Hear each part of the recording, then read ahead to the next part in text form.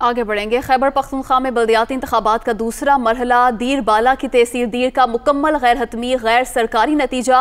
जमात इस्लामी के रफ़ीउल्लाह 12,544 वोट लेकर कामयाब, जबकि PTI के इमरान सईद 10,999 वोट लेकर उनका दूसरा नंबर है। दीर बाला के तहसील दीर का मुकम्मल गैर हतमी गैर सरकारी नतीजा है जो आपके साथ शेयर कर रहे हैं। जमात इस्लामी के रफ़ीउल्लाह 12,544 वोट लेकर कामयाब हुए हैं, जबकि PTI के इमरान सईद 10,999 वोट लेकर दूसरे नंबर पर बराजमान है। तो यहाँ पर कामयाबी समेटी है। जमात इस्लामी के रफ़ीउल्लाह ने 12,544 वोट लिए हैं और कामयाब हुए हैं यहाँ पर, और PTI के इमरान सईद 10,999 वोट लेकर दूसरे नंबर पर मौजूद हैं। दीर बाला के तहसील दीर का मुकम्मल गैर हतमी गैर सरकारी ये नतीजा है।